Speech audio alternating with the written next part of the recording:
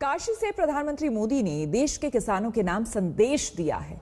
कृषि सुधार कानून का विरोध कर रहे किसानों को प्रधानमंत्री की बात गौर से सुननी चाहिए, क्योंकि प्रधानमंत्री के संदेश में मौजूदा गतिरोध के समाधान का रास्ता मौजूद है।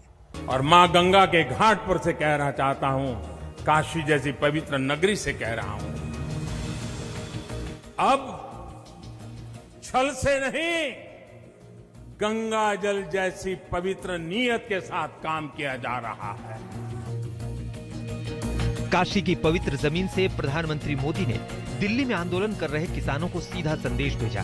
बिना विपक्ष का नाम लिए कृषि सुधार कानून पर कंफ्यूजन के पीछे छल वाले खेल पर प्रहार किया। बीते कुछ समय से हम एक नया ट्रेंड देख रहे हैं।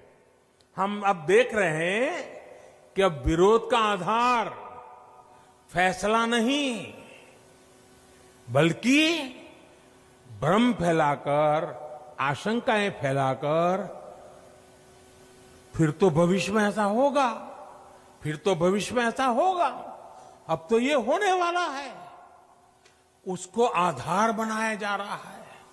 अपप्रचार किया जाता है कि भाई फैसला तो ठीक है, लेकिन पता नहीं इससे आगे चलकर क्या क्या होगा, और फिर कहते हैं ऐसा होगा। प्रधानमंत्री ने किसान आंदोलन पर बड़ी बात कही। कहा सरकार की नीति और नियत गंगा जल की तरह पवित्र है, लेकिन जैसे ही 70 साल से किसानों को छलने वालों की दुकान पर ताला लगा, छल का नया प्रयोग शुरू हो गया। जब इतिहास छल का रहा हो, तब दो बातें बड़ी स्वाभाविक है। पहली ये कि किसान अगर सरकारों की बातों से कई बार आशंकित रहता है, तो उसके पीछे दशकों का ये लंबा छल का इतिहास है। और दूसरी ये कि जिन्होंने वादे तोड़े, छल किया, उनके लिए ये झूठ फैलाना एक प्रकार से आदत बन गई है, मजबूरी बन चुका है। जो पहले होता था वैसा ही अब भी होने वाला है, क्योंकि उन्होंने ऐसा ही किया था। इसलिए वही फॉर्मूला लगा करके आज भी देख रहे हैं। आज की ये तस्वीरें संयोग नहीं प्रयोग है, इसकी संपूर्ण व्याख्या मोदी ने की। पहले तो मंडी के बाहर हुए लेन देन ही गैर कानूनी माने जाते थे। ऐसे में छोटे किसानों के साथ अक्सर धोखा होता था, विवाद होते थे, क्योंकि छोटा किसान तो मंडी पहुंच ही नहीं पाता था। अब ऐसा नहीं है। अब छोटे से छोटा किसान भी मंडी से बाहर हुए हर सौदे को लेकर कानूनी कार्यवाही कर सकता है। मोदी ने एक एक शब्द किसानों के मन में पैदा हुए कंफ्यूजन को दूर करने के लिए बोले।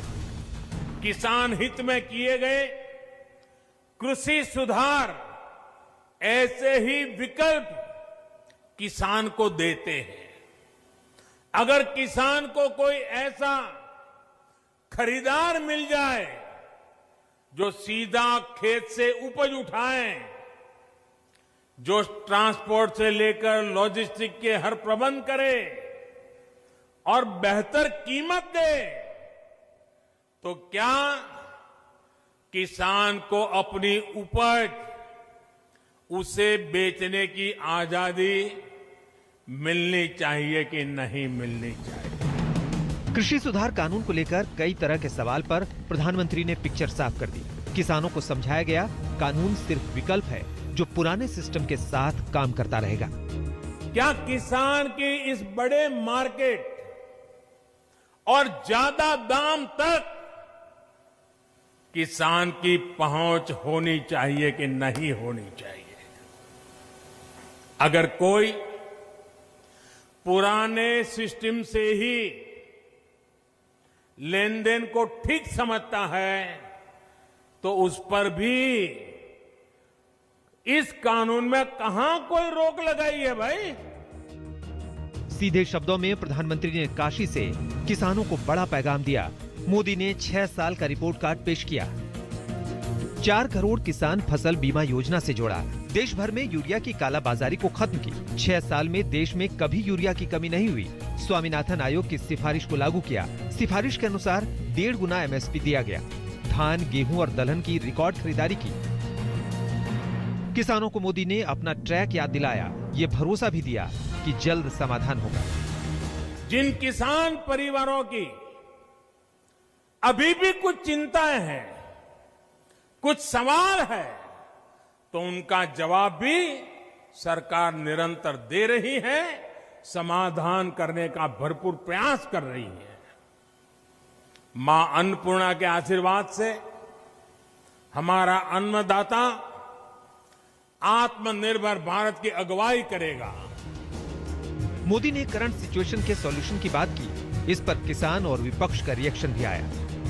प्रधानमंत्री जी इसमें इंटरवीन करें और इन तीनों कानून को वापस लेने की घोषणा करें और उसके बाद चर्चा कर सकते हैं कि किस तरह से किया जा सकता है। जो सुझाव आए हैं उन सुझाव पर भी बाद में चर्चा हो सकती है, लेकिन तत्काल मैं समझता हूं कि किसान जाने वाले नहीं हैं। उन्होंने भी फौलादी संकल्प लेके पहुंचे हैं। जब तक नए कानून पर गतिरोध है, तब तक दिल्ली के दरवाजे पर क्रोध में अन्नदाता विरोध करते रहेंगे।